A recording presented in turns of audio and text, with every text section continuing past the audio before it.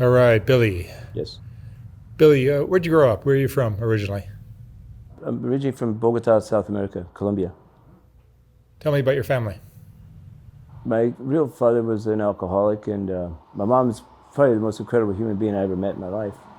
She stands at 4'11" and had a second grade education and raised four kids without, with a second grade education. It's pretty tough. She's the reason I am who I am, you know, the champion I became and the gentleman, the classy man that I am. I consider myself honored to have her as a mother.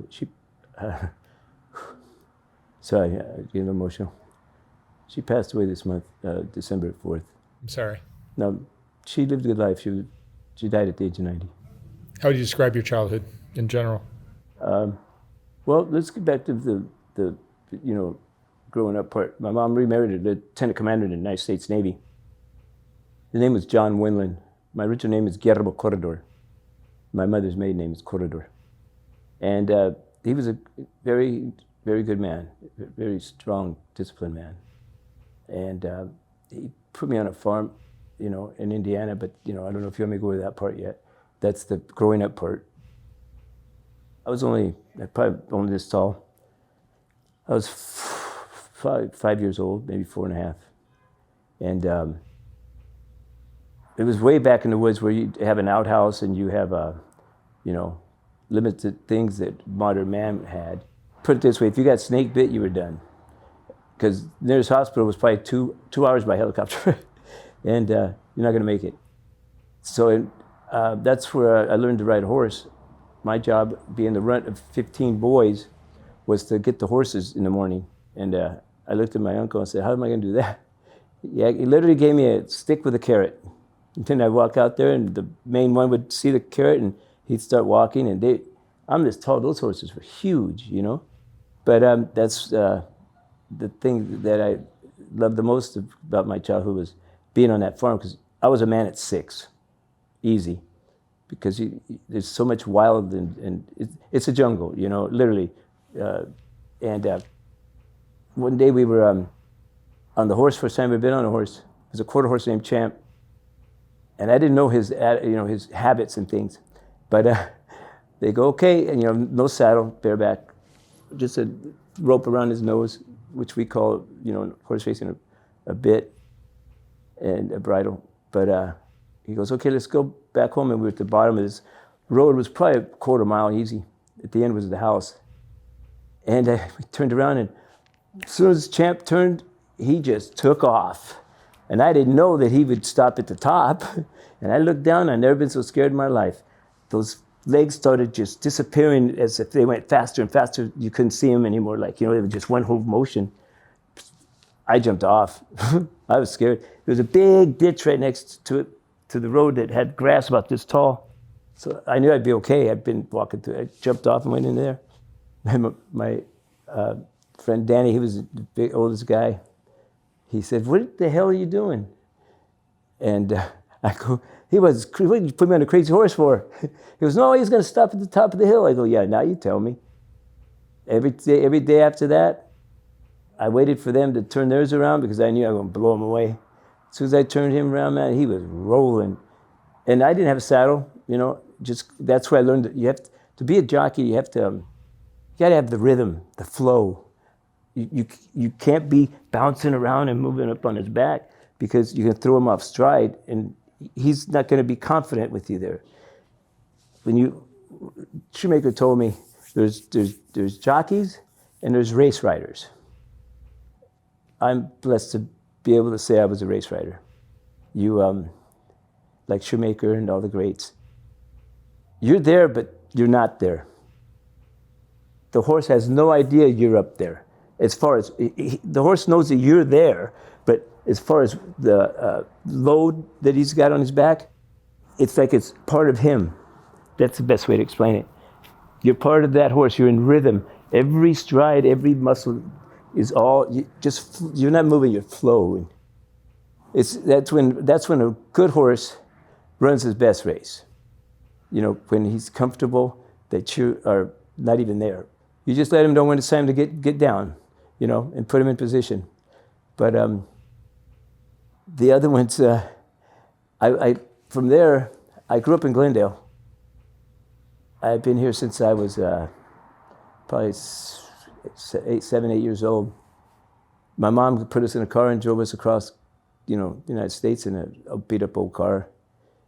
And first thing I did was, I'm a go-getter. I don't wait for something to come to me. And I knew my mom needed help, with taking care of us, feeding us and stuff. We got a place down there near Watts. I think it was 28th Street. And I went looking for a job, 8 years old. Most kids are at home, with their parents, but I got to help. So I got to be honest with you, I don't remember how I got the job either. It was selling the Herald Examiner between cars when they would stop at the light. And I'll do that. I'd walk between the cars. They didn't know anybody was there. So I'd have to pick the paper up and walk with it like this so they could see there was somebody carrying a newspaper. Paper was the Herald Examiner. And then I remember some guy put a knife up to my back. And I said, "Are you serious? You're going to kill me for $1 and dimes?" And all of a sudden I hear a gun click, because when I was growing up on that farm, I learned how to shoot. I shoot pretty good, better than every average person. And I hear a click, and I go, "Man, that's a pistol."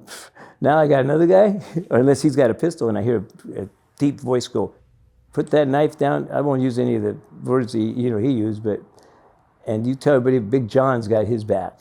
I said, "Wow, who is Big John?" I haven't turned around yet. So I turn around and I go, "Wow, now I know why they call you Big John." Huge, huge man. And he goes, "Don't worry, son, I got you. Everybody knows now nobody's gonna mess with you." But, and I gave him a paper every day, free. But I think I was only out there maybe, I don't know, probably 3 weeks, because my mom, she came one day and it was pouring rain, but I was still selling that paper. I think that's why I did good in the rain when I was riding horses, jockey. Rain don't bother me. It's just water. And she goes, "Come on, son, get in." And that was the end of my selling the Herald Examiner days. From there, I went to a school named Holy Family. I got fortunate enough to go to a good education, well-educated school. And we were poor, so a gentleman by the name of John Wagner was a big-time lawyer. He helped my mom and us, very, very, very good man. His kids were swimmers, they had a big pool and everything. And so I went to Holy Family. I was an altar boy. From 4th grade I got there till 8th grade. I'd do Mass, and I think that's why God blessed me, because I do church Mass at 5:30 in the morning, and I do funerals and weddings. And so I didn't really have that much of a normal childhood of playing and stuff. Me, I always wanted to work. I wasn't getting paid for doing that. But I sacrificed my childhood a little bit. That's the only way I can explain how God blessed me so much. As far as being an athlete, I'm a world-class athlete. I'm 5'3". And from there, I went to Glendale High. But when I was at Hoy Family, I worked.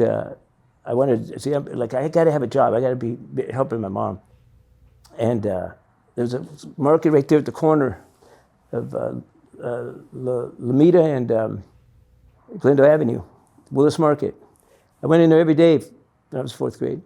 Asked him, "Hey, can I do something? I need work, The guy finally got name was George Masako, great man, good man. And he said, "Son, Italian, real straight down, hardcore Italian." And he said, "You watch this parking lot, okay, son?" And there's a bowling alley down the street. And he says, "Anybody parks here, doesn't go in that store, you tell them that they have to move their cars for market parking only." And I said, "Then what?" I'm only this tall. He's going to laugh at me. He goes, "No, he won't. You come get me." Oh, he was a big man. I don't know, about 6'2", real strong. He could take a phone book, literally, and rip it in half That blew me away. That's crazy. Anybody ever tried that? That's crazy. And so it happened one day, and I told him, wait right here, I'll be right back. I went and got George, he looked at him and goes, hey, in Italian, told him, hey, move the car, okay? I never worried about having somebody move the car again. From there, I went to Glendale High School. And so I still worked at the market, and I had another job up the street at a place called Foster Freeze. I was, as a young kid, I always had at least $300 in my pocket. I felt comfortable, plus helping my mom. And I wanted to play, I know it sounds crazy, but I wanted to play a sport. Because when I first came from Indiana, I didn't know what football was. We didn't have no TV out there in the woods, That's a jungle. And real jungle. I had a man tell me when I was in Watts, son, you're in the jungle. I go, no, this is not a jungle. These are people. I came from a jungle. That's a jungle. Bears and mountain lions and snakes, You gotta watch yourself. But so I'm in Glendale, and I wanted to play. I want to play sport, and football team wanted me to play punt return. Come on, punt return. Those guys some of them are 250, 300 pounds. They hit me or fall on me. It's game over for me. I'm not going to do that. That's insanity. And I admire football players. Those athletes they're something else. They are really something else, man. They hit each other like it's nothing, It's like you're playing a little video game. Boom, boom. They get up and walk away. I don't think I would have gotten up after the first punt return, to be honest with you.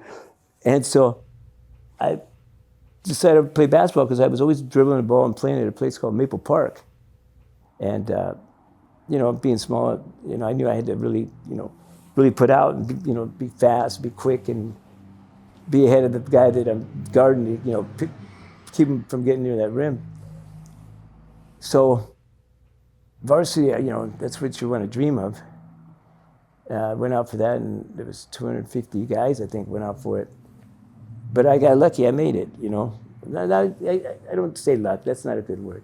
I worked hard to get there. Every day that ball was in my hand, and I was always at Maple Park every night after work playing or on weekends. And, these guys, they'd have some really, really good ballers there. Boys could ball.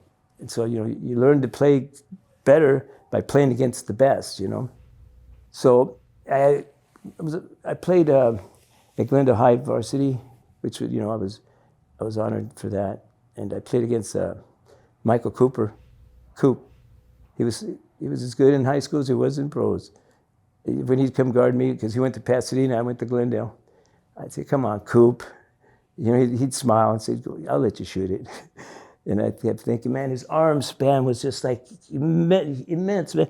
I'd have to go like way out there to get around that arm. And I had a good time doing that. And I knew I wasn't good enough to play college ball. You have to be realistic about things in life.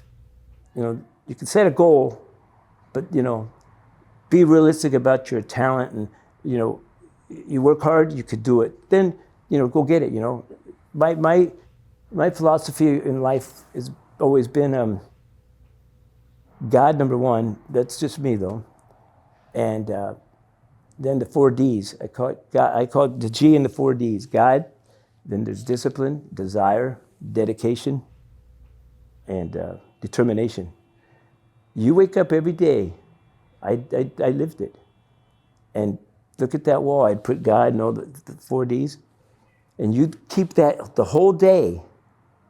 You cannot fail. It's impossible. The only one that could beat you is yourself, and that wasn't going to happen. No, I don't shoot myself in the foot. And that's how I got to play ball. So when I got to high school, now I started thinking, oh, what am I going to do? I couldn't play pro ball, and so I was kicking it with my girlfriend at the time, Loretta Miller. Her dad, her brother, and I were really good friends. We met in grade school. Remember, I was telling you the story about I didn't know what football was. We were on the playground, and they were saying, "Hey, let's play football. Come on, we need one more." I was embarrassed to say, "I don't know what football is." "What do I do?" He says, "Just go in there and touch that guy." Just touch him. That's all. You're the guy with the ball. Oh, I can do that. That's easy. So I pushed the one guy out of the way, touched him, and he still threw the ball. And hey, I touched him, and he threw a TD. And he looked at me, George Miller. Great athlete, really good athlete. And he goes, no, you didn't. I go, I'll tell you what. Next time I touch you, you're going to know I touched you. And he was taller than me. Well, everybody's taller than me. He was about 5'9", 5'11". So I came in next time and I just, boom, drilled him right there, dropped him. And, I'm a little guy, but hey, I'm a little crazy sometimes. And I looked down at him, I go, did I get you that time? He goes, you got me. I was the first one he ever picked after that. He didn't want to get hit. So I was telling you about my girlfriend, George. Her dad was George Miller. We called him Yogi because he looked like a little teddy bear. And he was a fun guy. I'd kick it over at his house, on weekends with my girlfriend. And he said, hey, he called me Baloney Ears Jackson because I got my mom's ears. I have some big ears, you think? But he goes, come on, we're going to the races. I go, I don't know what the horse races. I mean, I've seen them on TV, but I didn't know they were in my backyard. I didn't know that they rode right there. But see, I wasn't even interested in that though, because it didn't click yet. My past on the farm and horse racing, I wish it would have clicked when I was 16, because that's when you can start. Now I'm 18, and so we went there, and I walked in there, and I walked up literally to the rail at Santa Anita, and I said, what is this here? And I went back, talked to my father-in-law. I mean, he was after, no, I hadn't gotten married yet, but he would become my father-in-law. And I said, Yogi, excuse me, do they get paid to do this? Because I needed to make money. I like to have money in my pocket, and I like to help my mom. He goes, Billy, they're millionaires. I go, really? I can do that, Yogi. He goes, Billy, those are Hall of Fame jockeys, best in the world. And then he says, no more beer for Baloney Ears Jackson here. I'd have a beer once in a while. And I walked back up to the rail. And I'm in awe of this stadium. That's what I called it, because it's like when you go to the Forum, it's a basketball court, but with no walls and everything. It's like an imaginary huge dome over the track. To me, that's the way I looked at it, because I was used to playing in gyms, and I didn't know how else to explain it to myself. Because these are professional athletes. And Santa Anita's, to anybody you mention Santa Anita, that's top of the world. That's your number one class right there. Don't get me wrong. New York is same thing. Belmont and Aqueduct and those places. Like you got great jockeys there, Hall of Famers, Cordero and Pat Day and Bailey. I mean, you can go on, Velasquez. But I was on the south, the west coast here, and I was with, I call him Cream de la Cream. There's a Shoemaker, Lafitte Pinkai, Chris McCarron, Toro, Valenzuela, Delahousie, McHarg. The list goes on and on. I was like, wow, this is deep. But the only one I knew of at the time was Shoemaker, name-wise, that I recognized, and Lafitte Pinkai, two of the greatest jockeys that ever born. They'll go down in history forever for that. Shoemaker had this finesse and the hands that only come once in a lifetime, maybe never ever again. And the feet, wow. How can you describe Lafitte Pinkai? I described him as like a man literally chiseled out of granite, because he was I called him a specimen. He was a specimen of a man, just every muscle would show, and it was perfect. And when he would walk by you to go to take a shower at the end of the day, I kid you not, you feel the aura of a champion walking through. You get chills a little bit. Wow, I'm riding against that guy. But it gets you motivated, it gets you pumped up, it gets you on your A game, you know, because yeah, you're competing with that, you know. Let's rock, let's do this, let's get this on, you know.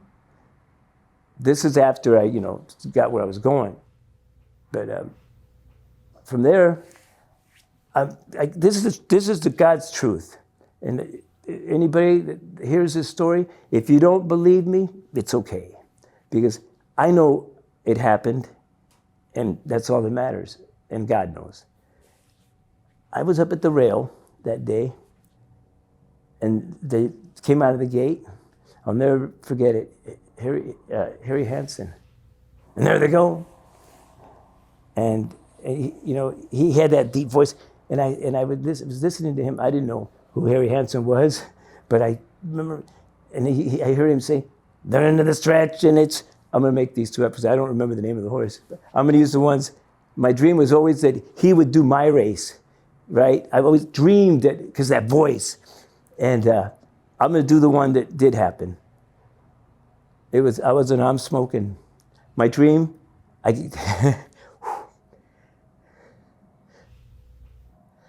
get pumped up. I get motivated and I get emotional. My dream was to hook Lafitte Pink Eye at the head of the stretch. Any jockey out there knows that that's like, what are you, crazy? He was considered the strongest finisher of all time. And if anybody doesn't know horse racing, finishing is when you're up on that horse and you reach up and you grab his mane and you pull his head up and you push it back down, you're helping him run. Lafitte, remember I told you that guy was a specimen. He was a miniature weightlifting jockey, kid you not. Yeah, that was my dream because I consider myself one of the best finishers in my mind. You have to believe in yourself. Hey, he's just a man like me. I consider myself pretty good too. Let's get it on. Let's see what we got. Just like I said, when I was playing basketball, yeah, you're very good, but I want to be that good. And I consider myself good, you know. I might not be 6'9", I'm 5'3", but I walk 6'4". That's the way I like to say it, you know. Because in my mind, I'm just as good as you are, even if you're 6'9", 6'4". I got a picture, it was in the Glendale News Press. I'm holding the ball like this. The ball's big as me almost, it's funny. And the guy guarding me was from Pasadena. Coop's on the other side, on the court, guarding that other guy. And this guy's I think he was 6'4". I guess that's where I came up with 6'4". That didn't bother me. But anyway, I dreamed of hooking Lafitte Pink Eye. But in my dream, my goal was to beat him. Everybody wants to, you want to hook him, but you want to beat him too. Because so what? You hook the feet and he beats you. That's not, hooking it. We mean, when you say hooking in horse racing, is you're nose to nose from the get-go. And I wanted it to just be him and I, just him and I, just the whole world watching us. That it motivated me. So we're at Hollywood Park, and I'm smoking. I haven't forgotten about the Harry Hansen part. And Lafitte was, I think, on Back in Time. And that was my dream. Everything's coming together. God's good to me. I've just, I'm blessed. So I'm smoking. And I look over, and there's Lafitte. And we're hooked. We're nose to nose. And everybody else was like, kid you not, 8 lengths back, maybe more. It was my dream come true. It was just him and I. The world's our stage.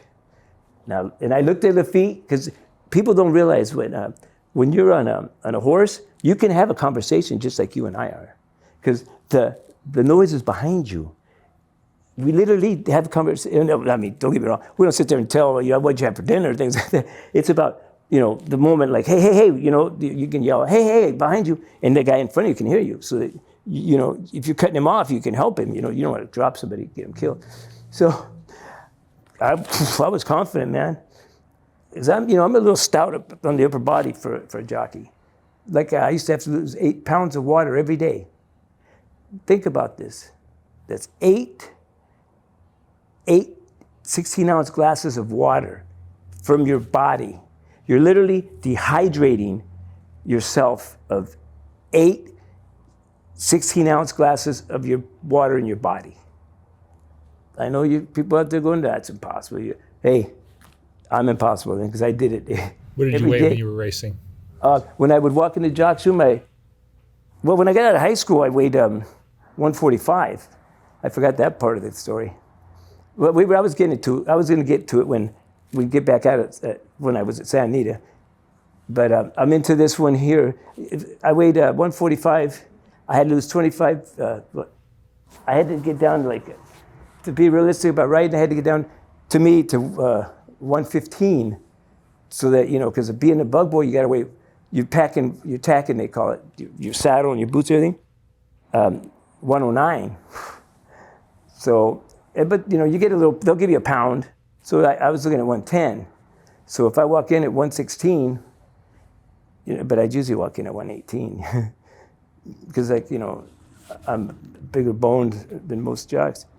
And I had to lose muscle because I didn't have no fat. I might have maybe a little tiny bit, but not very much. From playing basketball, I got to run twice as fast as the guy that's 6'4" because of his legs, his extension in his stride. So I was in great shape.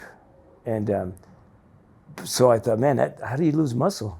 Well, when people die of starvation, the first thing they lose is the body eats the fat, for energy. Then the body's an incredible thing. Then the reason I know this is I got on, back then we didn't have Google.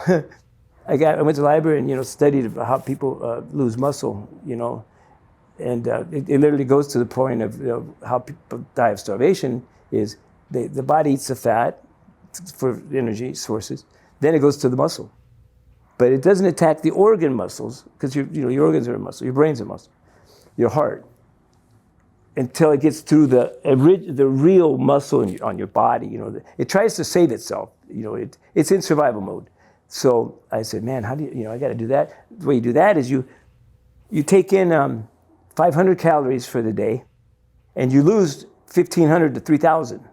You burn that because the body, you're using that food you ate, the energy from the calories you took in, but then it goes to the muscle. Then it starts deteriorating, eating the muscle. In a month, I lost 25 pounds doing that. And I don't recommend anybody do that. It's insanity. I would put a 25-pound vest on when my father-in-law, Yogi, took me. We lived on Myrtle. And Pacific and Myrtle, you go straight up. Pacific goes straight up there, and then it stops at a dead end. And I put a 25-pound vest on, and I wasn't booking it. I just little tiny steps, and because you got 25 pounds on it, you don't get stupid. But I'm using it to really make my body work, to take and start using calories.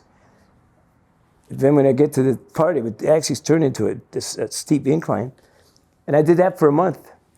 And I got down to 120.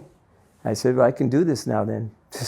The rest of you get pumped up and motivated because I want this goal. I want to do it. So I got down, like I say, to 118. And I was at 120.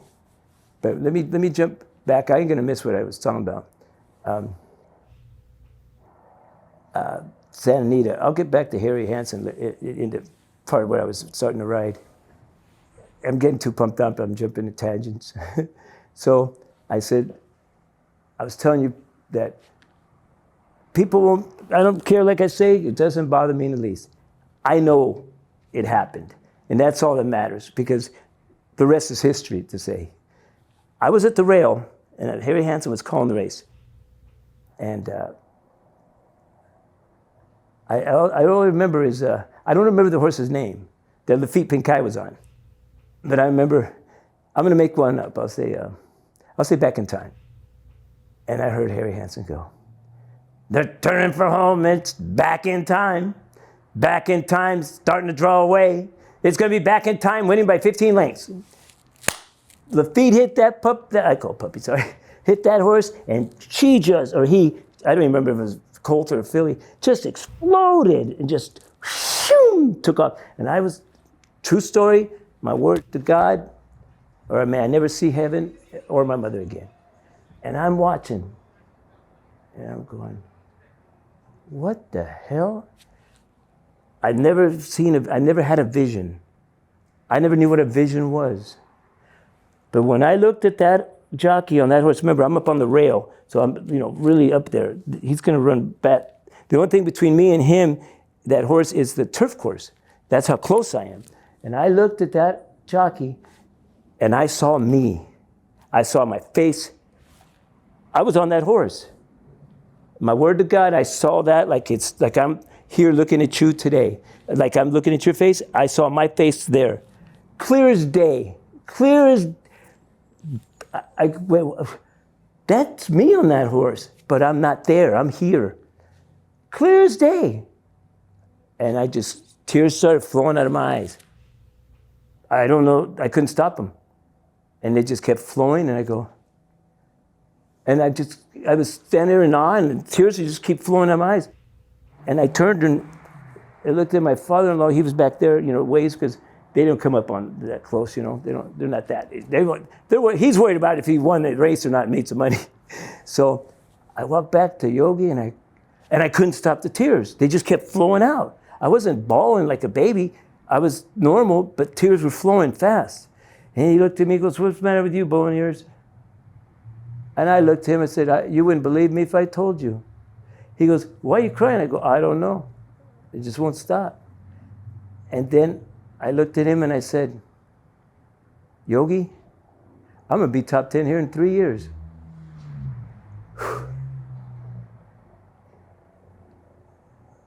And he said, no more, that's when he said, no more beer for blown ears, Jackson. And I said, Yogi, and tears are still flowing. I'm serious. I'm really serious. I'm going to be top 10 here in 3 years, Yogi.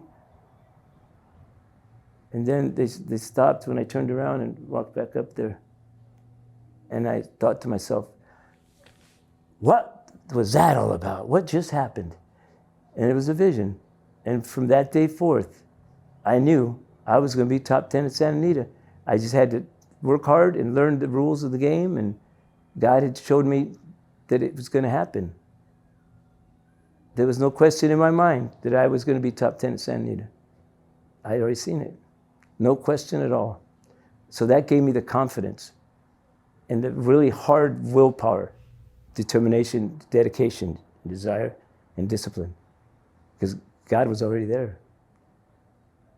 And so I went to, the barn area, and I told Yogi, I need somebody to help me get in there.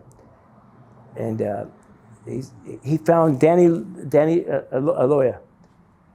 And Danny said, Billy, I think he was a photographer too, I'll be honest with you.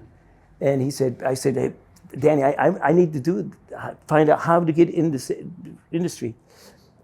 He said, well, Billy, I got a friend that has a jockey school over on Calabasas, over the Grapevine. I forget where it was at, but if you go up the Grapevine, the big hill, it was off to the right down in that part. So I got in my car and drove up there and introduced myself. Jim Fresquez was his name. And he had a bunch of horses, and he had been an exercise rider at Santa Anita. So he knew. And how to because it's an English saddle, it's not a normal Western saddle they call it, but big, heavy and stuff. English saddles are lighter, and there's no horn on it or anything. And so I went up to him and I said, my name's Bill Winland, and I like to learn how to ride racehorses. First you got to learn how to gallop them, exercise them in the mornings and stuff. You don't just go out there and get into a race. It's not that easy. It's like Indy drivers don't get in an Indy race just the next day.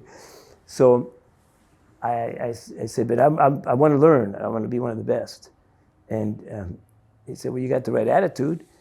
And so I said, when do I start? You know, and so I went up there, and I was working at Highland Laboratories in Glendale. It's not that name anymore. A pharmaceutical corporation. Doing the, you know, cleaning up the equipment at the, you know, in there and stuff at a high school. Paid good, you know, because you can move up and do where I was actually making hemophil. It's medicine for people who get burned. And it's, I graduated with working 2 jobs from high school, the director of boys athletics, and playing varsity basketball with a B+ average. Not bad for a kid from Columbia. So, I worked hard at everything I do. My mom always said, no matter what you do, son, be the best at it. Even if it's digging ditches, be the best at it. Be the best dig ditcher that there is. Take pride in what you do. My mom was a really smart woman for being second grade educated. So every day after I got done at Highland Laboratories, I worked, until the 4 o'clock.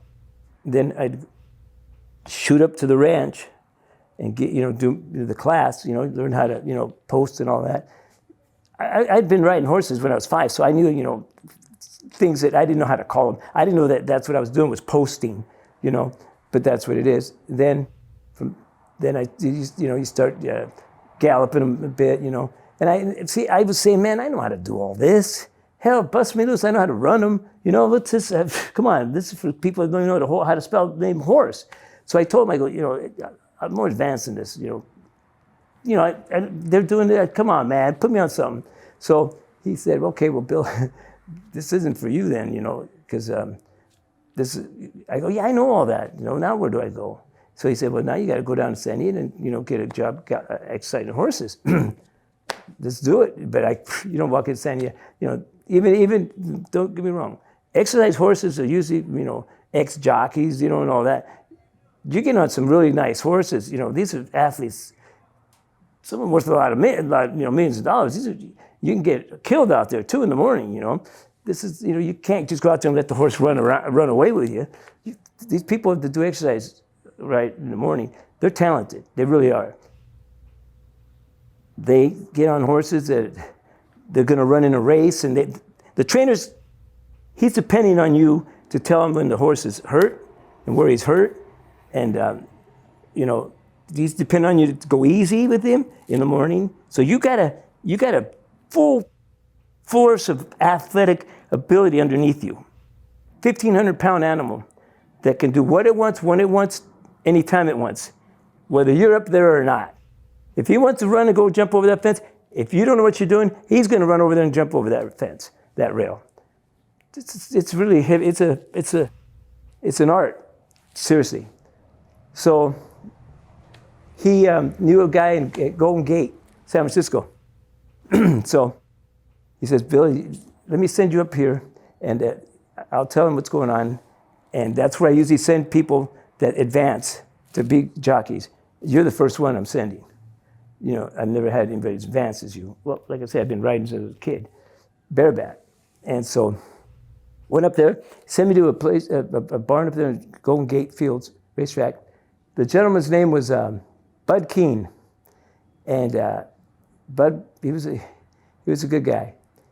He got me, you learn from the bottom up. You start mucking stalls. That's it. So I'm mucking stalls and rubbing the horse's legs and learning all the, from the bottom up. Then finally, he got me actually galloping, exercising horses. I moved on to working horses. And then I was ready.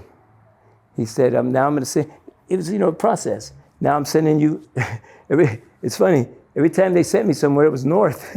It gets colder and colder as you get north. I hate the cold. So he sent me to Portland Meadows, to his dad's, his dad was a trainer up there at Portland Meadows, and it's a real small track. It's I don't like to call it like that, but it's a bush track, whatever. Not a bush track, I don't mean that. It's it's a track where, they have jocks, that, but it's not even close to San Anita, So But you got to start somewhere. And so, and that was where Pappy Keene, Bud's dad had horses. So I got up there, and Bud told him, kid's ready. He's going to be all right. He's, you know, he knows what's happening. So I'm up there, and it's cold as hell. And as a matter of fact, Pappy put me on a horse, and he said, okay, son, this is your first one. I go, all right, let's do this. Bibbs Bunko was his name. And I thought, you know, let's just do this, man. So got out there, I run second, got beat a nose. First time out. So I thought that was a rush, man, you know, because I was actually competing with jockeys, you know. I'm a jockey now. Feeling pretty good. So then, you know, Pappy was going around, he was telling people, hey, you know, this kid's good, you know, put him on something, man. So this other guy put me on a horse. I don't remember that horse's name. I run second again. So then, this is the first one. This guy, he put me on a horse called Chin Chopper. And he goes, son, just bust him out of the gate. He was a front runner, and he, you know, but he would, you know, he'd die near the end. And if I could get him to relax, you know, we'd make it. So I'll never forget it. It was night racing. Night racing in Portland Meadows is not the prettiest thing when there's snow on the side of the track was frozen, and they dig it up, right? It's cold. And it's like 11:30 at night or something like that. So I'm in the paddock, and this guy goes, the owner, he goes, I'll never forget that. He goes, son, you got to win this race. I go, yeah, well, that's my job, sir. No, I mean, I bet the mortgage this time. And you know, you've heard that saying, I bet the mortgage? He literally bet the mortgage. He took, I think it was $2,500 for the mortgage, and he literally bet it on the horse to win. And I said, I thought he was kidding, right? I go, hey, but you know, it's your money, you know. I hope he's kidding. So I got on the horse, and we're going to the gate, and the fog's coming in. And I say, God, you love me, don't you? Perfect, because when we bust out, I'm going to lead. They don't know where I'm at. Oh, seriously, when I say fog, it's thick, you know, and I mean, you couldn't see through it. And so I'm thinking, oh, this is beautiful. All I'm going to do is I'm going to bust out, and I'm going to keep him 4 off the rail. Because then he doesn't know. See, a horse, when you're working a horse in the morning, you get him on going, and you drop him into the rail, and they take off. Because that's when they know it's time to get going, right? So I'm going to keep him off the rail, and he's just going to cruise around there. And they're not going to be able to see me, so they don't know where I'm at. Boom, baby, we bust out. And I could see that was the rail side moved him off the rail there. And so we just chilling. They don't know where I'm at. I know I could see the rail, so I know just keep making a left there. So then we're still going, it's still foggy. Then I hit the 3/8 pole. That's the beginning of the turn. And it's starting to clear out. So then I hit the quarter pole, and let's go, baby, let's hit it, because there's, you know, I can see daylight again. I reach up and grab this puppy. Boom, he just took off, because he'd been doing nothing the whole time. He didn't burn himself out. I went by 10 lengths. And as I'm going by, he only ran a quarter mile. So as I'm going by, the guy was on the track, the guy that bet the mortgage. And I go, what's he doing? And he's not literally on the track, but he's on the edge where they take the photo. And he's kind of getting excited, and boom, falls right on his face because it's frozen. And I go, I hope he's okay. So we came back, and his face is a little bloody and stuff. But hey, he saves his house and his marriage probably. So that was my first win. So I got a win. And then I don't recall that, you know, this is 40 years ago. I don't recall the name of the second horse. I guess I did that one important because I already won that one. But I got a ticket leaving Golden Gate in my Porsche to go to Portland, speeding ticket, because I was so excited to get there. Now I can't wait to get the hell out of there. So I win 2 races and run 2 seconds. I go, I got to go, because as an apprentice you can only win. As soon as you win 5, your time starts. You got a year or 100 wins, I think it is. Whatever comes first, then your apprentice ends.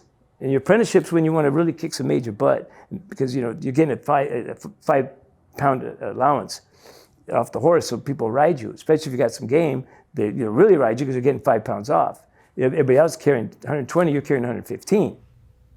So I get in the Porsche, and remember it was foggy, so it was still foggy. Because that night when I got done, I said, that was my, time to just get the hell out of there. So, not the same night that I won with Chin Chopper, because I won one more later. But the night that I won the second one, I said, I'm out of here. All I had there was my clothes, that I had on my back, and my tack, my equipment. So I get in my Porsche, I take off, and I'm happy as a pig and you know what. And I'm going along, I'm at Porsche, I'm cruising. It could move. And I look in my left mirror and I see a car coming up on me fast. And I didn't think nothing of it. And I'm cruising. I know I'm doing 90, easy, 95. And then I look and I said, oh man, I see the lights going. Woo, woo. I go, shit, man. I got a ticket leaving and I got a ticket leaving again. Hey, I like to go fast. What can I tell you? On horses especially. So I go, officer, how could you tag me if you can't see me? Oh, I can see your red light, son. I seen you cutting. You were moving pretty good. So he gave me a ticket. So anyway, that's the end of that one. So then now I got to go to Santa Anita and start, I got to go sell myself.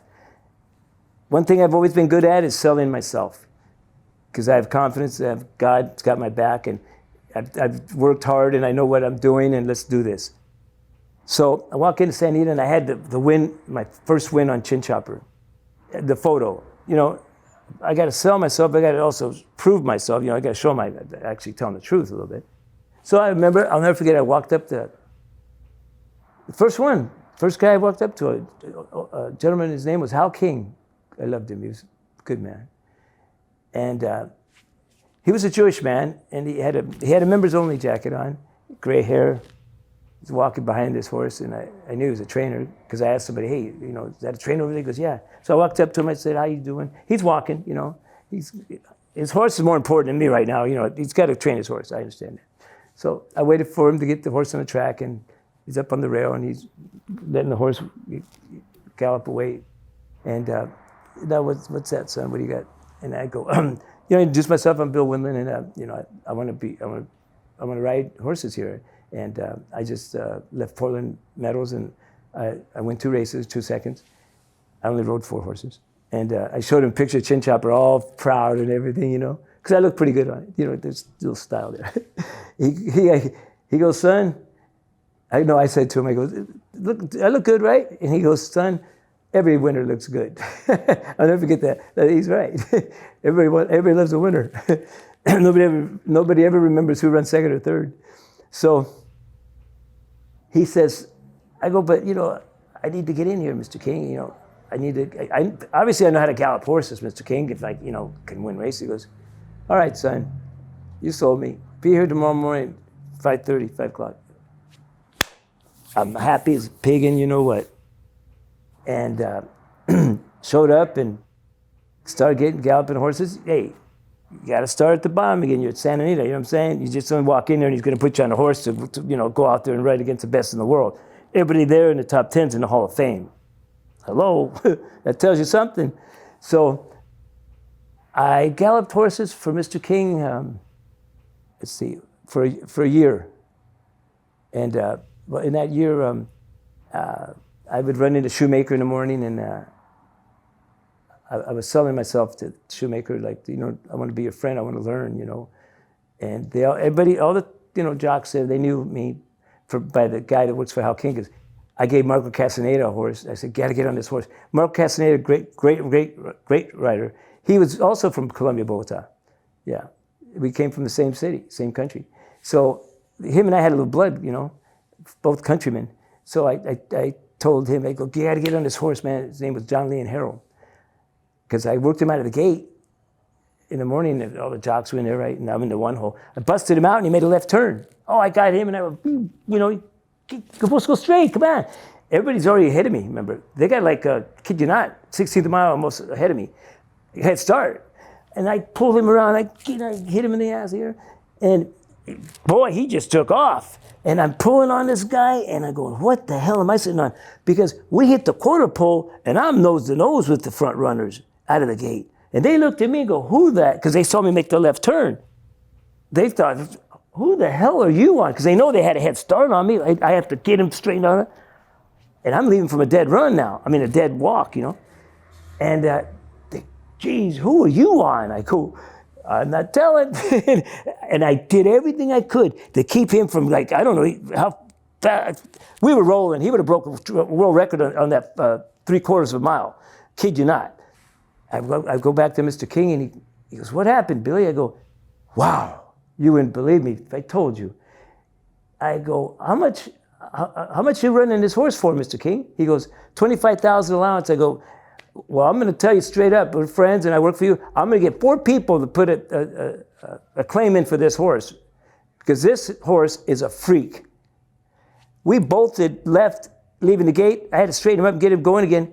Mr. King goes, wow.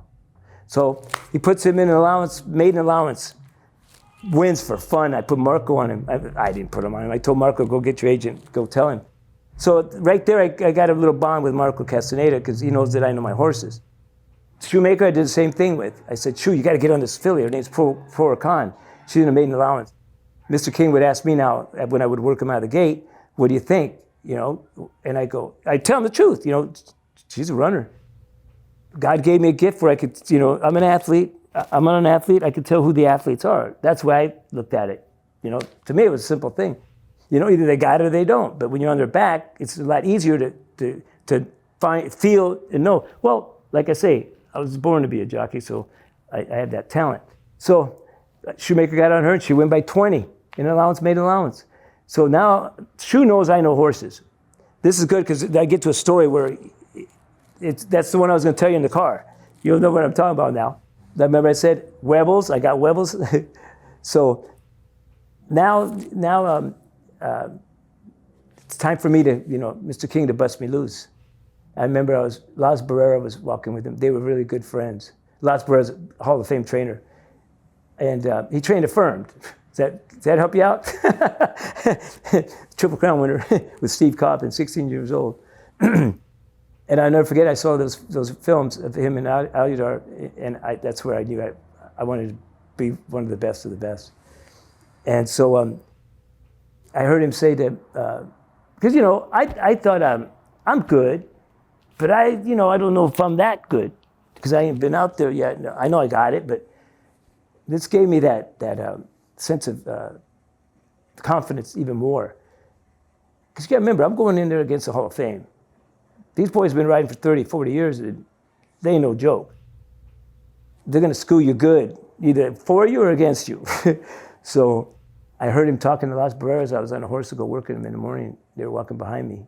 And I heard Las Barreras say, the kid any good?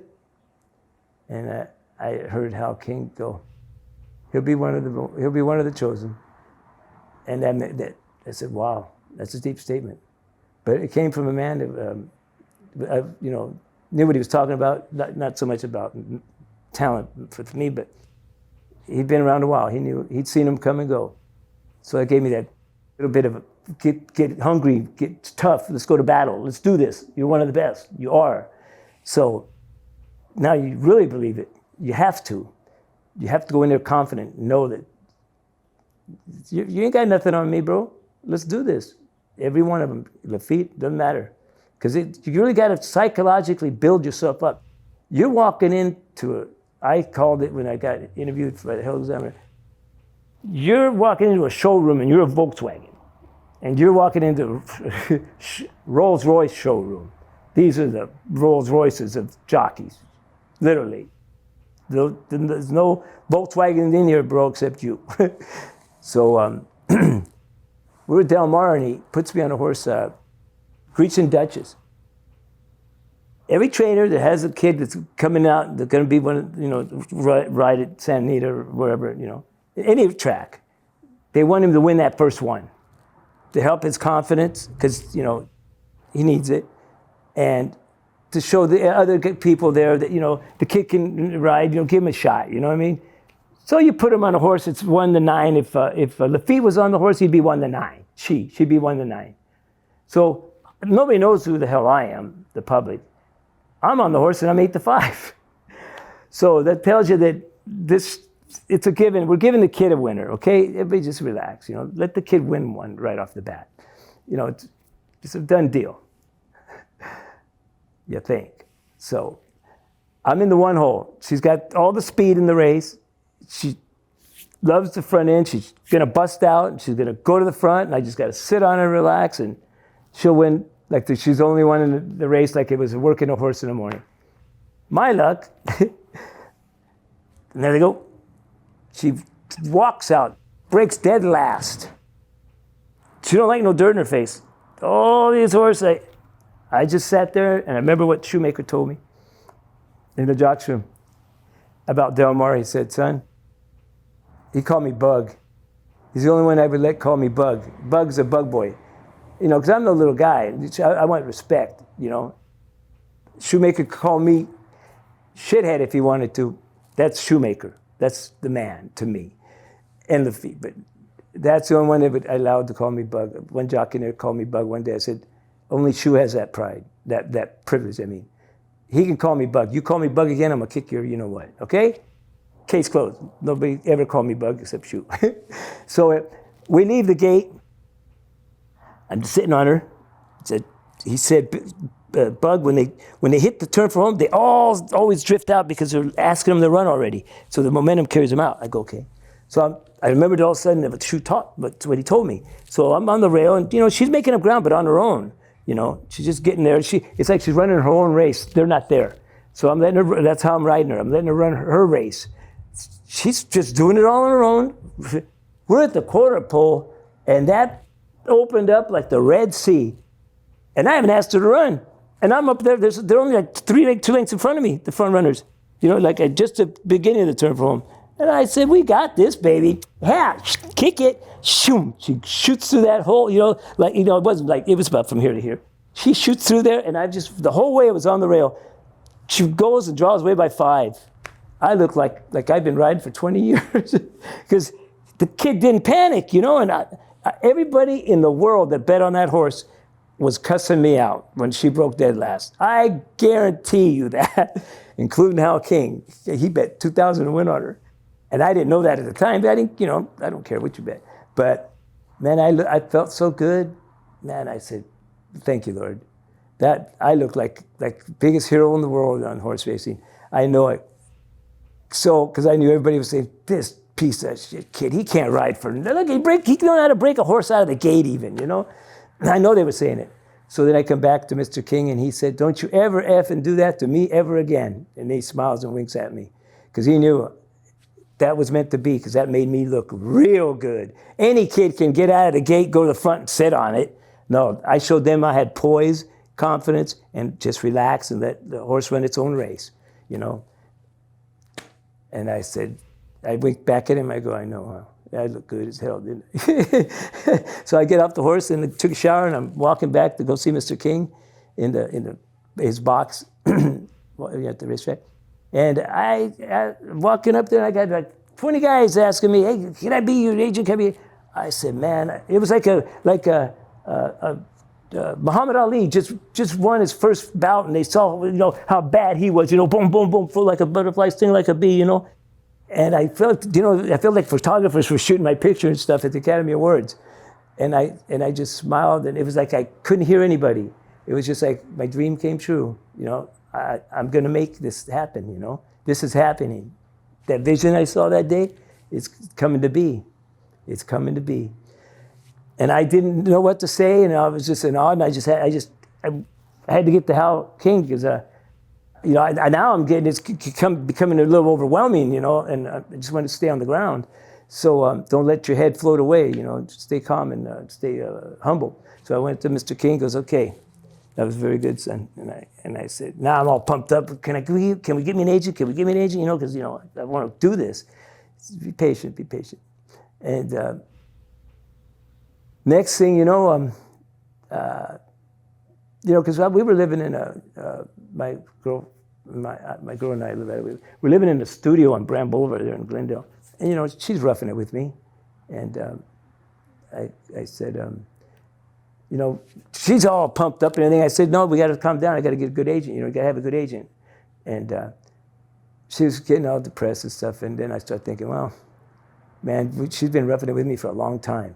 So I went and I said, Mr. King, I need to start writing, you know. It's been a long road, and I need to, you know, move up a little bit in life, you know, my woman and stuff. Because Mr. King knew Loretta and he loved her. And he said, well, son, and so that was a big mistake I made. And I regret it, but, you know, it was something I felt I had to do, which, you know, he told me, wait for, I'll get you a good agent. I got this one, I don't want to mention no names, but it was like I didn't have an agent. I wasn't riding for no big barns, none. And I didn't know this was going on, but the big barns didn't like the guy I had. And I thought he'd be all right because he was with the agents that Mr. King wanted me to get. He was good friends with them, so I thought, I wasn't that stupid. I thought he was in with them, I'd be all right. Big mistake. And so I didn't find this out till I was done riding my apprenticeship, though, that none of the big barns liked my agent. If I'd have known that, I'd have fired him the first day, you know what I mean? And God only knows where I would have gone. Because with no agent, I was in the top 10 at Santa Anita. I was head in front for the Eclipse Award as an apprentice of the year. With no agent, no big barns. But that's hindsight, I didn't know. I didn't even know I was in front for the Eclipse Award. Because, you know, it's not by wins, it's by money earned. Santa Anita, if you win one race, they got to win 12, 15, 20 to catch that money, you know. I ride one there, it's a 50,000 purse. Theirs are 5,000. So he puts me on the course at Santa Anita, Reticent Lady. Just coming to that vision. So I'm in the gate. Oh, no, I'm in the gate. And I look over there, and they all know me. I go, okay, guys, let's get it on. Literally, you know, I'm one of them now. Let's do this. Let's rock. They bust that gate open at 3/4 of a mile. I bust her out and get her on the lead. Come on down to the rail. And I'm cruising. Remember Harry Hansen? So, and I'm just getting a turn for home, and I hear Harry Hansen go, turning for home, it's Reticent Lady. Reticent Lady's on the front. And I reached up and I got her, and because I was just a little bit off the rail, you know, and I started riding her, and she just took off. And I'm riding her, and I hear Harry Hansen go, down the stretch they come, it's Reticent Lady, drawn away by 15. Remember that vision? That was it right there. Same thing that I saw that day that Lafitte was on her. 75,000 people yelling, and it was just me out in 15 in front. The vision happened. That was the one. First win at Santa Anita.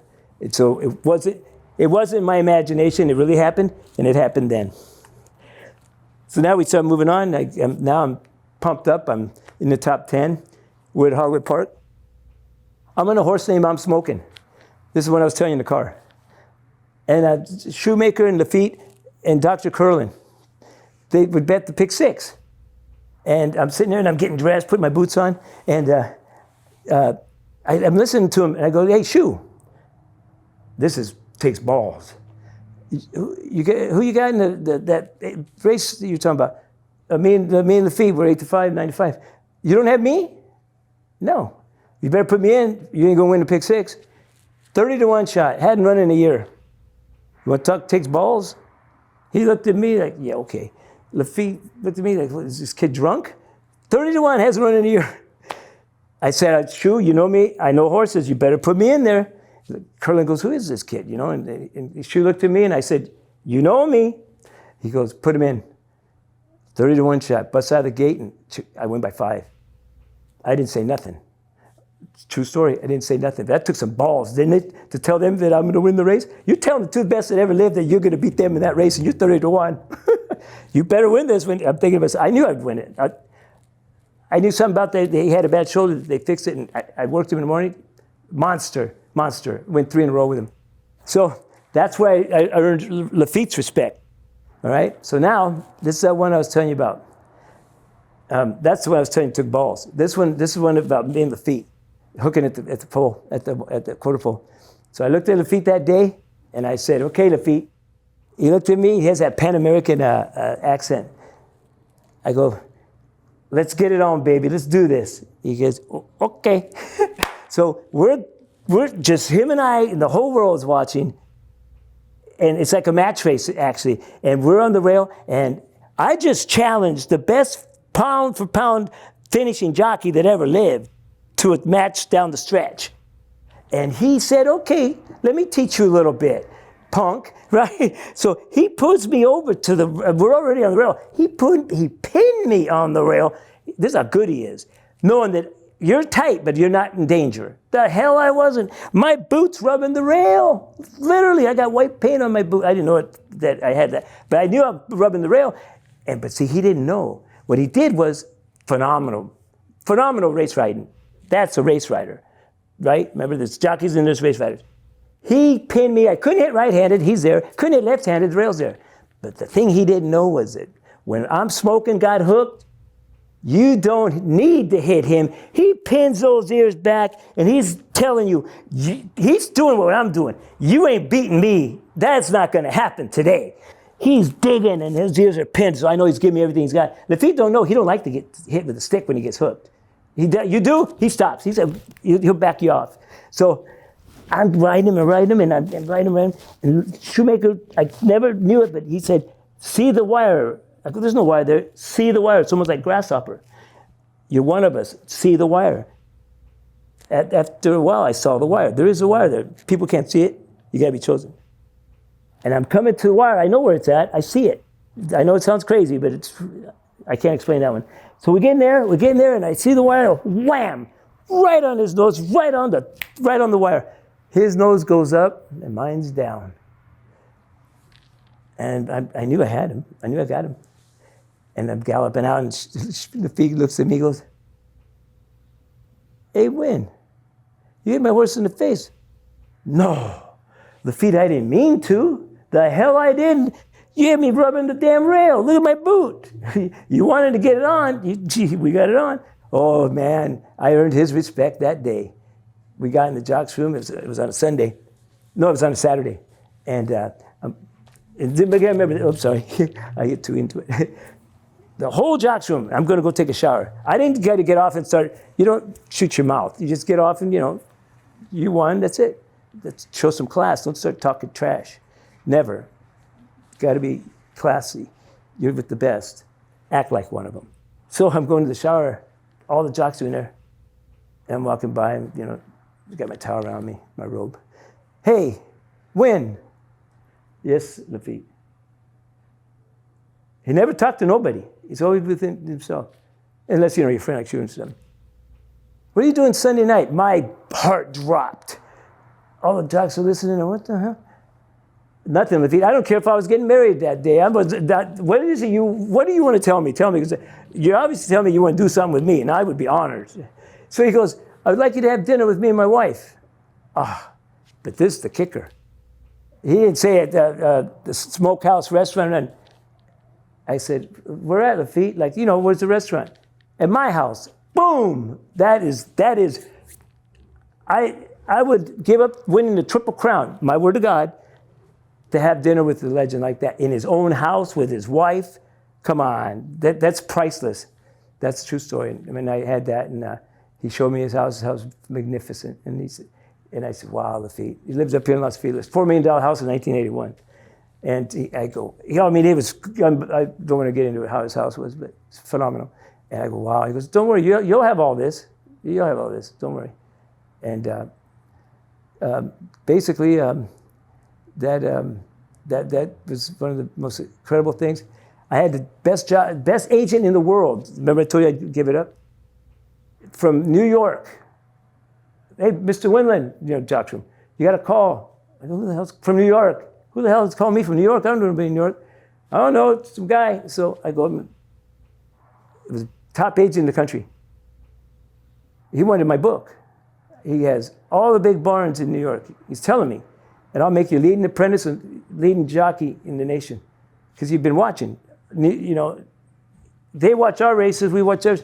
But I'm not high on myself, I don't know what people are saying, but they were talking evidently big time, I was up and coming, this legend, whatever. And I didn't know this, but this is how much being in that atmosphere and being with them meant to me. I said, no, I'm fine, thank you. Yep, I could have been leading. I was already leading apprentice with no agent. What would have happened if I would have said yes? We'll never know. Is that your biggest regret? Yeah. And that's basically that's my career in a nutshell. How many years did you race? I raced 10. Then I had a bad accident, and Yeah, it's the biggest regret ever. But what I had there, that was priceless. I would go to all shoemakers' parties, birthday parties. I was a maid jock. You know, and the mafia, they say I'm a made man. I was a maid jock. Kid from Colombia, Bogota. Who the hell is this? In Colombia, Bogota, remember my father was an alcoholic. I could never remember his name. My mom would tell me, but my subconscious wouldn't let me hold it because it broke my heart. 2 years old, my mom, we got rescued by my father, John Winland, because he was always threatening to kill us. True story. This is the end of the story. My mom took my 2 sisters from my stepfather to Colombia when they were older to learn Spanish. They go to the movies. This is how the world is, destiny in the universe. They go to a theater. Who's there? The man that was going to kill us, my real father. My mom goes up and says hello, and what are you doing here? He was there by himself. In Colombia, Bogota, I was a hero, an athlete hero, and I didn't know that. And Marco Castaneda too. At the theaters during intermission, they would show our races. He was there watching my races, kicking himself in the ass, going, "That's my son." He'd tell people. My mom said he'd tell them, "That's my son. That's my son." Yeah, the one you walked out on, And I think it was too much for him because 2 years later he did it. He killed his new wife and killed himself. Yeah. Really? Committed suicide. Yeah. And, I never hated him, but you do what you do in life. You make your bed, you sleep in it. He couldn't take it. He couldn't take the fact that was my kid, and what was I thinking? Hey, you don't have to kill yourself, but it's what happened. That's a true story. Yeah. Billy, what would you say is the most important lesson you've learned in your life? Don't ever give up.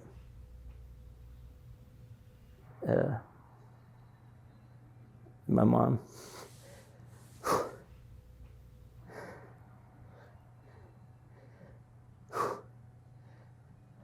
Because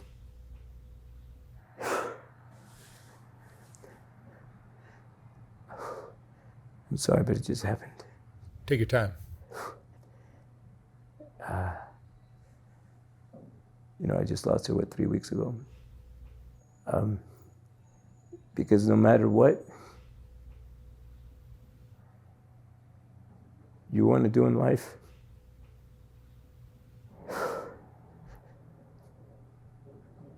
you can do it.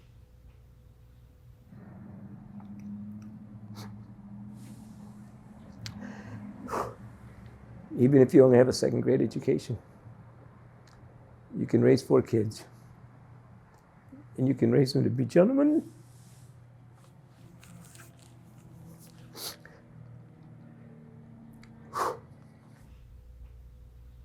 You can raise them to be strong,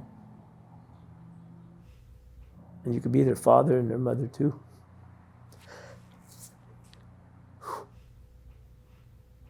Yeah. Every lesson I've learned in life came from my mother. She lived to be 90.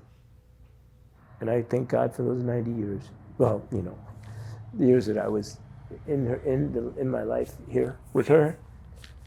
And I'm proud to say that she was my mother. It's a great story. No, it's like I say, she lived a good life, and it's just, you hate to say goodbye. That's the toughest thing in life to do. I remember the first time I saw death was when I was on that farm. I was in charge of the dogs. And Brown wouldn't get up. And I told my Uncle Paul, Brown won't get up. I've been talking to him and pushing him and everything. I didn't know death. I didn't know what death was. He just wants to keep sleeping. I can't get him up.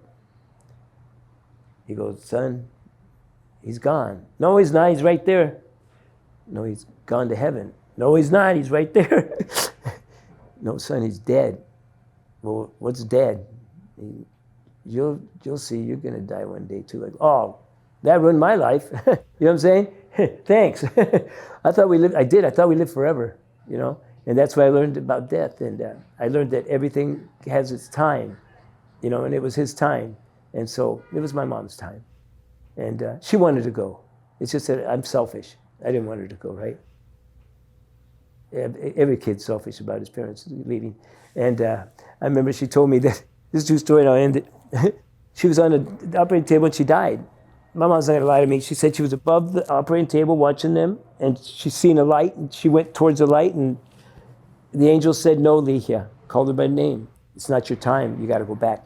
My mom was pissed like you would never believe. Most people would say, I don't wanna die. And she was running to that light, I bet you. She wanted to go be with my father, you know, with John Winland. All these years when he died of cancer when I was 13. He was, you know, they were separated though because the war ruined him, alcohol and all that, you know. And but I think every day that he was my father. If I hadn't been on that farm, he put me on my first Shetland pony, bucked me off, my father, John Winland, and I had cried. And he said, "Get back up on that horse, you little bitch." And I'll never forget that. I was only this tall. I'd come up to his knee, and if he hadn't put me back on that pony, this would never have happened. You know it and I know it. And if he hadn't found my mom, see, everything, we're all destined to go where we're going. You know, we don't know where we're going till we get there. If she hadn't met him, I wouldn't be here either. You know what I'm saying? And but she loved him so much. But she left after a while and brought us here, you know. And he was dying of cancer and she flew his 2 daughters, you know, from blood back there. And I talked to him on his deathbed and I said, Daddy, I was 13. I was here in California. And I said, I'd be honored to have your name. I promise you my first son would be named after you. And he passed 2 days later. He said, son, you've always had my name. And so I went to court and had the paperwork done and everything, and I got it, you know. I still have it. And my first baby was a boy, and I named him after him, John Charles Winland. His name is John Charles Chone. Chone was Loretta's grandfather, and Winland. So I kept my promise, you know. But that was my mom was probably the toughest thing. That she was something else, man. 4'11", but she walked 6'4". If I did something wrong, she's coming to get you with an extension cord, a broom, whatever she could get her hands on. You're out of there. You better run out the door because she was good. She'd get you in the ass as you're running out. She was a tiger. She was a go-getter. I guess that's why I am too. And I never, she was only 4'11", but I never said, damn, why couldn't I took after my father like my brother? Because he's like 5'10" or so. Hey, look where I got with it, you know? And all the women are taller than me. I would walk around I dated like some women that were like 5'10", 5'11". They like me, right? You know, and put heels on, you know, now they're like 6'1" or something, you know? I'd walk into a party and they'd say, how the hell, what do you do, Bill? Get these women. I go, hey, you're all the same size when you're laying down. What the hell? All right, Billy. Okay. Thank you so much for sharing your story. Yeah, that's it. That was great. Thank you for having me.